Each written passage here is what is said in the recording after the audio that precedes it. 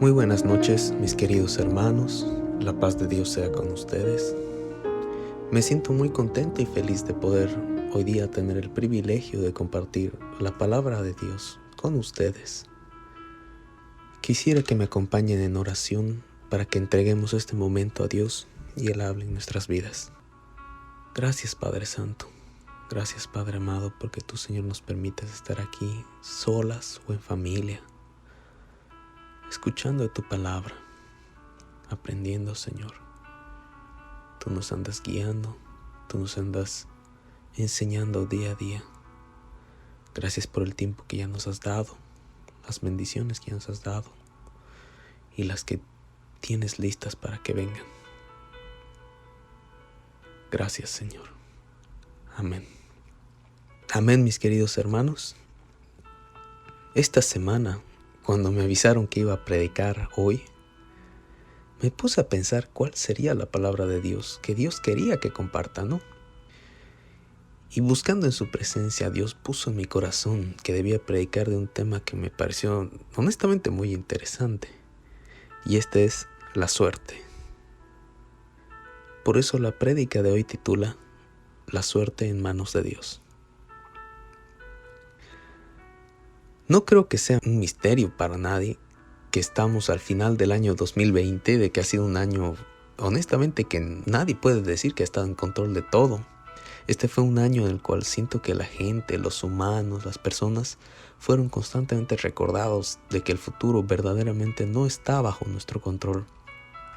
Diariamente veíamos muchos números de contagios, de muertes y cosas que honestamente me hicieron más de una vez pensar en las probabilidades, con los porcentajes, ¿no? De fallecidos, de enfermos y cosas así, ¿no? Distintos números.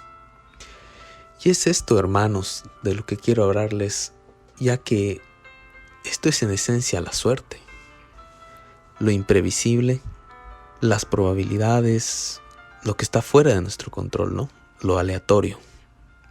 Sin embargo, para nosotros está claro, todo está bajo el control de Dios, inclusive la suerte, ya que dice en Proverbios 16:33, y me gusta la nueva versión internacional para este versículo: las suertes se echan sobre la mesa, pero el veredicto proviene del Señor. Entonces, mis queridos hermanos, esta es una razón para estar gozosos para los que conocemos y estamos con Dios, ya que sabemos que Él nos ama y quiere lo mejor para nosotros. Sin embargo, entonces, cae sobre nosotros la responsabilidad de buscar la guía de Dios, obedecer a Dios y permanecer con Dios para que podamos encontrar victoria en la suerte de Dios. Tenemos que, repito, buscar la guía de Dios, obedecer a Dios y permanecer con Dios para encontrar la victoria en su suerte. Y podemos ver todo esto en la historia que está en 2 de Crónicas, capítulo 18. Comencemos con los versículos 1 al 4, que dicen lo siguiente. Tenía pues Josafat riquezas y gloria en abundancia, y contrajo parentesco con Acab. Y después de algunos años descendió a Samaria para visitar a Acab, por lo que Acab mató muchas ovejas y bueyes para él, y para la gente que con él venía. Y le persuadió que fuese con él a Ramot de Galad.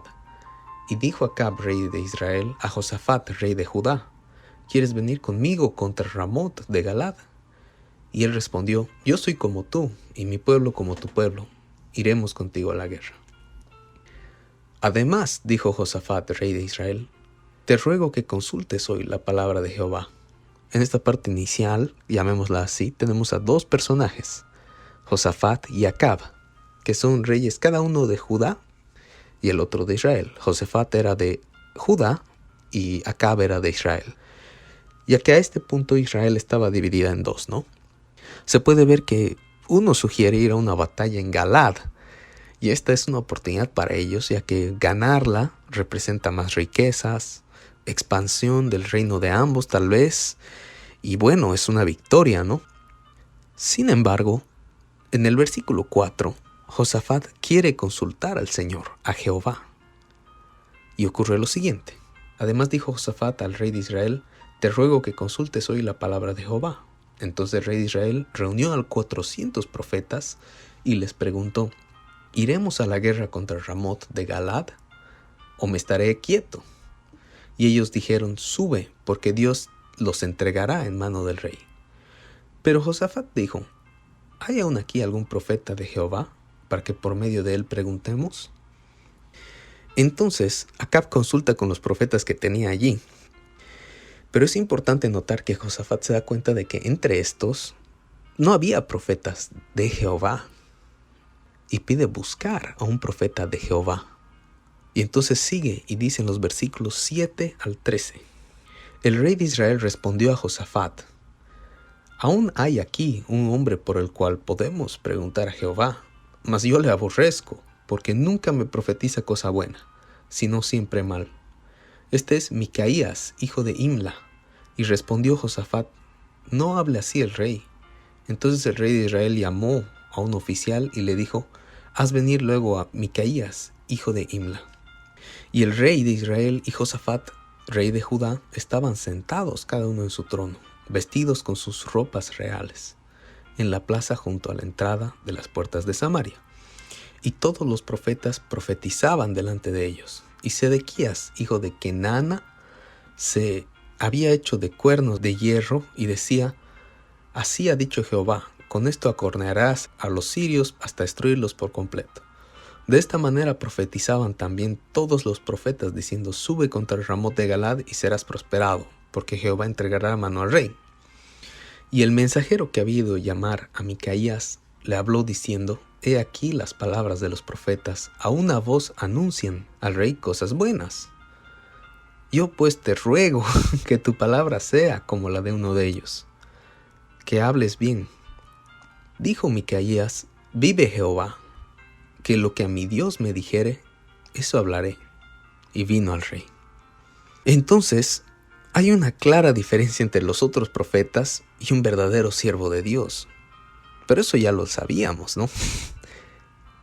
Ocurre que cuando Micaías profetizaba, y profetiza, ¿no?, después en el capítulo, en Jehová, que la batalla sería una derrota, que las ovejas perderían a su pastor, Acab decide no hacerle caso y lo mete a la cárcel. Y ya nos podemos imaginar cómo resultará la batalla. Pero podemos leerlo en los versículos 28 al 34. Subieron pues el rey de Israel y Josafat, rey de Judá, a Ramot de Galad. Y dijo el rey de Israel a Josafat: yo me disfrazaré para entrar en batalla, pero tú vístete de tus ropas reales. Y se disfrazó el rey de Israel y entró en batalla. Había el rey de Siria mandado a los capitanes de los carros que tenía consigo, diciendo: no peleéis con chico ni con grande, sino solo con el rey de Israel. Cuando los capitanes de los carros vieron a Josafat, dijeron: este es el rey de Israel, y lo rodearon para pelear. Mas Josafat clamó, y Jehová lo ayudó, y los apartó Dios de él. Pues viendo los capitanes de los carros que no era el rey de Israel, desistieron de acosarle. Mas disparando uno el arco a la aventura, hirió al rey de Israel entre las junturas y el coselete. Entonces dijo al cochero: vuelve las riendas y sácame del campo, porque soy malherido. Y arreció la batalla aquel día, por lo que estuvo el rey de Israel en pie en el carro enfrente de los sirios hasta la tarde, y murió al ponerse el sol. Entonces, ¿qué nos enseña esta historia? Como lo dije al principio, para encontrar la victoria dentro de la suerte de Dios, es necesario que nosotros primero busquemos la guía de Dios, obedezcamos a Dios y permanezcamos clamando en Dios. Pongámonos a analizar un poco la historia y cómo va.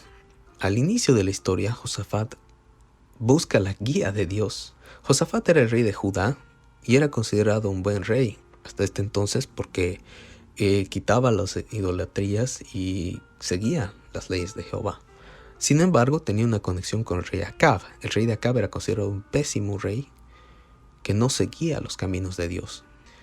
Por lo tanto, pese a esta diferencia, Josafat tenía una conexión con Acab y lo fue a visitar. Y es donde a Acab se le ocurre buscar una victoria en Galad. y se le ocurre que Josafat podría ayudarle. Y es aquí donde se ve la diferencia, donde a Acab se le ocurre un plan, se le ocurre hacer las cosas, mientras que a Josafat se le ocurre, después de dar su palabra, pese a que haya sido incorrecto, buscar la guía de Dios siquiera. Y la guía de Jehová para saber si deberían entrar en batalla siquiera. Entonces, Acab, un rey que no tiene el temor de Jehová, no busca esto y siempre hará lo que le parece lo mejor. Este año que viene, este 2021, para que tengamos una victoria en lo que está fuera de nuestro control, no podemos seguir el consejo de una persona o nuestros propios instintos, ya que eso es fallo. Más de una vez vamos a errar, más de una vez entraremos en problemas, porque no es así como funciona, no es así como sirve. Es eso de nuestro corazón que nos engaña. Este año que viene, busquemos la guía de Jehová para dar pasos hacia la victoria. Y vemos un ejemplo claro de esto en Jueces, capítulo 1, versículos 1 al 4, que dice: Aconteció después de la muerte de Josué que los hijos de Israel consultaron a Jehová diciendo: ¿Quién de nosotros subirá primero a pelear contra los cananeos? Y Jehová respondió: Judá subirá. He aquí yo le he entregado la tierra en sus manos. Y Judá dijo a Simeón su hermano: Sube conmigo al territorio que se me ha adjudicado y peleemos contra el cananeo, y yo también iré contigo al lado tuyo. Y Simeón fue con él, y subió Judá, y Jehová entregó en sus manos al cananeo y al fereceo. E hirieron ellos en Besec a 10,000 hombres. Entonces, el pueblo de Israel consulta a Jehová, y él le dice hasta quién debe ir a pelear en la batalla y cómo se debe pelear la batalla.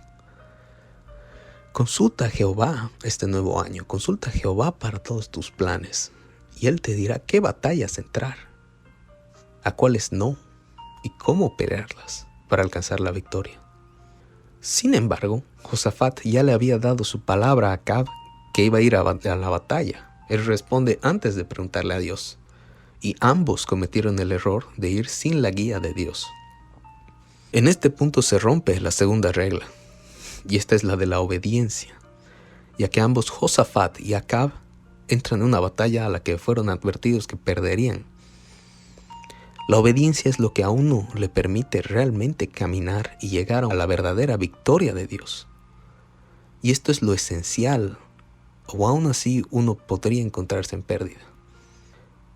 En lo último leímos en Jueces que es claro que el ejemplo de que se sigue la orden de Jehová y se envían a Judá y se logra una victoria. Pero en el caso de Josafat y Acab, la desobediencia de Acab, la desobediencia de Josafat los llevó a perder la batalla, y la desobediencia de Acab lo llevó a perder la vida. Entonces, ¿cuál es la diferencia entre Josafat y Acab? A este punto, Josafat buscó la guía de Dios, pero un poco tarde, después de dar su palabra.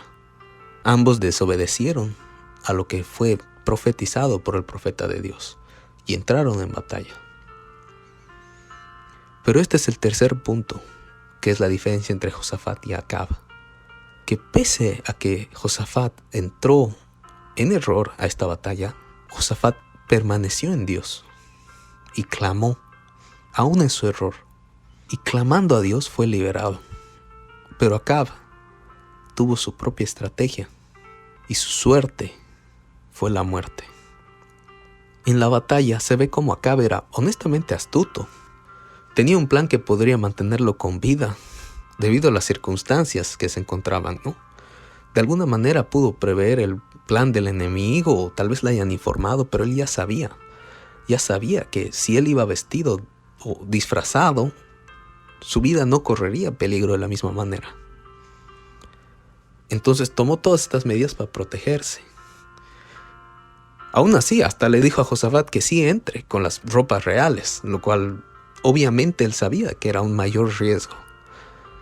Pero lo curioso fue de que al final estas medidas de cuidado, estas medidas de astucia, fueron lo que lo llevaron a su muerte. Porque él no confiaba en Dios, confió en su astucia. Un evento del azar, un evento que él no podía prever, un evento que nadie podía prever, ni siquiera sus mismos enemigos, acabó con su vida. Por el otro lado está Josafat, que honestamente entra a una batalla que no debería y sigue el plan de alguien en quien no debería confiar. Josafat tiene también todas las de perder. No está en un punto mejor que Acab en este momento. Y por seguir el plan de Acab, corría un riesgo mayor. Hermano, por escuchar el plan de un amigo, de otro hermano, de alguien, sin buscar la guía de Dios, puedes estarte metiendo en un riesgo mayor. Entonces llega la batalla y es una pérdida, como Dios lo dijo. Obviamente, Dios dijo que es pérdida, va a ser pérdida. Y si tú no escuchas, cuando Dios te dice que es pérdida y vas, corres un riesgo muy grande. Y si tú ya fuiste, bueno, la historia no acaba allí. Josafat estaba rodeado por todos los capitanes y en peligro de morir. Su vida corría gran peligro. Pero lo que él hizo allí fue lo que salvó su vida. Y ese fue su clamor, su grito. Y realmente la ayuda de Dios fueron lo que lo salvaron de la derrota verdadera, que era la muerte en ese momento. El clamor y la misericordia de Dios, hermano, es algo que nos puede salvar de cualquier situación. No importa el hueco que nos hayamos metido, el punto donde hayamos excavado. Dios está listo para sacarnos. Entonces Josafat clamó, gritó, pidió la ayuda de Dios y Dios lo ayudó. Puedes seguir la estrategia que quieras, hermano, pero no va a ser mejor que clamar realmente a Dios. No va a ser mejor que la estrategia de Dios. Y aún rodeado en batalla, sin escape, con el peligro y la pérdida realmente frente tuyo, donde no hay estrategia que te salve, Dios sigue escuchando y luchando por ti. Tu suerte está en sus manos. Clama al Señor y Él te librará, como ayudó a Josafat. Él no hubiera estado en este lugar si hubiera escuchado a Dios en primer lugar. Obviamente, Dios muchas veces nos dice, nos advierte y nos dice que no entremos, que no hablemos, que no hagamos muchas cosas. Pero aún en estos momentos, y aunque fallemos, Él sigue allí. Este año que viene, no podemos prevenir o controlar todo lo que pasará de la misma manera que no pudimos este año. No va a ser distinto. No podemos controlar nuestra suerte. Nuestra mala, nuestra buena suerte, nada. La suerte está fuera de nuestro control. Pero al principio, ¿qué dijimos? Dios sí puede. Y hay algo más importante aún, hermano. Más importante que todos estos 3 puntos. Ya vencimos en Cristo Jesús. No es una manera no literal de hablar. No es una manera de que ya vencimos en Cristo Jesús porque la victoria es certera. Ya vencimos en Cristo Jesús porque la victoria está en el pasado. Porque ya vivimos una vida nueva. Porque ya ganamos el regalo, la victoria que Dios preparó para nosotros. Al comparar la historia de Acab y Josafat con la historia de inicio de Jueces, me di cuenta de que hay una victoria que es más importante que la otra. Y la victoria más importante aquí es la tierra prometida, que ya fue ganada. Esta tierra prometida fue ganada en los tiempos de Josué.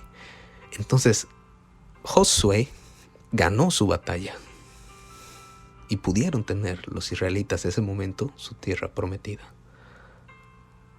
Ambos, Josafat y Acab, ya vivían en una tierra que había sido prometida y dada por Dios.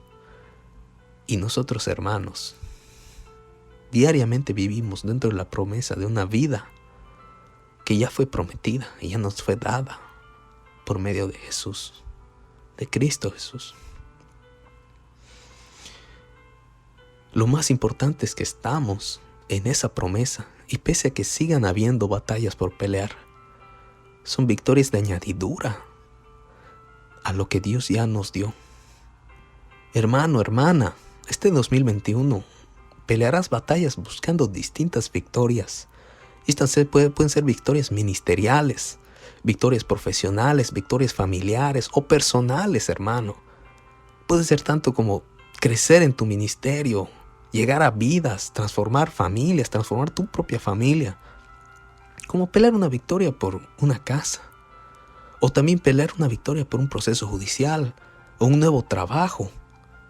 Todas estas son batallas, hermano, y todas estas son añadiduras que Dios tiene lista para sus vidas, para nuestras vidas.